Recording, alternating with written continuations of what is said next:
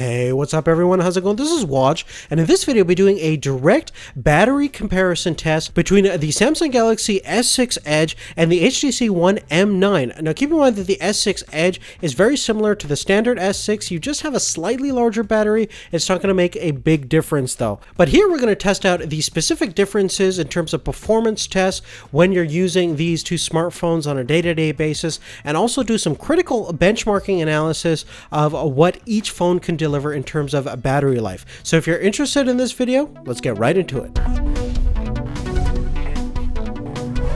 Now the first thing that we're going to talk about is the battery capacities on these two smartphones. The M9's battery capacity is about 2840 milliamp hours, which is quite a bit larger than the 2600 milliamp hours that the S6 Edge has. The standard S6 is about 50 milliamp hours smaller than the Edge model, but you're going to get fairly similar overall battery performance. So this is very representative of what the S6 can do. Now in terms of the battery charge times, both of these two smartphones support Qualcomm's Quick Charge 2.0 technology. The only exception between the two is that Samsung actually includes the quick charger inside your S6 box. Unfortunately, HTC does not provide that quick charger. You're going to have to buy it separately if you want that feature on your M9. Now, in terms of my test, I got a full charge from 0 to 100% in just under 68 minutes on the S6 Edge, versus it took about 80 minutes for the M9 to fully juice up using the quick charger. But if you're using the standard charger that came in the box, it's going to take roughly about 150 minutes to get a full charge. Moreover, we have wireless charging capabilities for both Qi and PMA standards.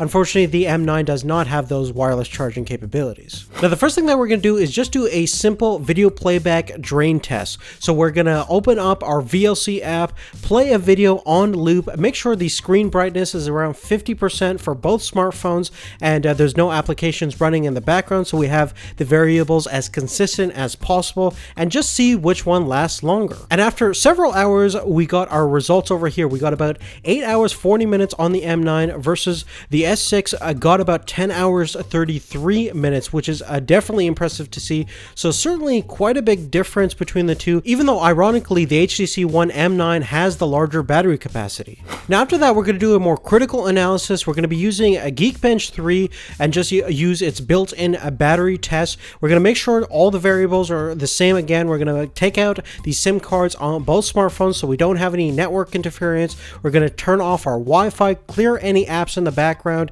and increase our screen brightness to its maximum setting on both smartphones. So let's go ahead and initiate this benchmark and see what happens.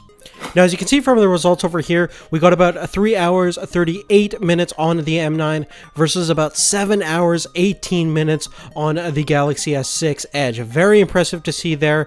There's a night and day difference between this benchmark. Now, keep in mind that this is still a benchmark. This doesn't really represent real-world battery life performance. This is a critical analysis of what the batteries can do and how efficient the operating system and internal specs are. But from my personal experience using these two phones for a couple of days now, based on my particular user habits, I got around 16 hours on average after a couple of days of usage versus about 12 hours on the M9. And I think most people would certainly say that the Samsung Galaxy S6 in terms of battery life definitely outperforms on what the M9 is capable of. So if you're interested in seeing how the GS6 compares against other popular smartphones such as the iPhone 6 and 6 Plus, definitely check out the other dedicated battery tests that we've done on our channel, and you'll also find those links in the description below.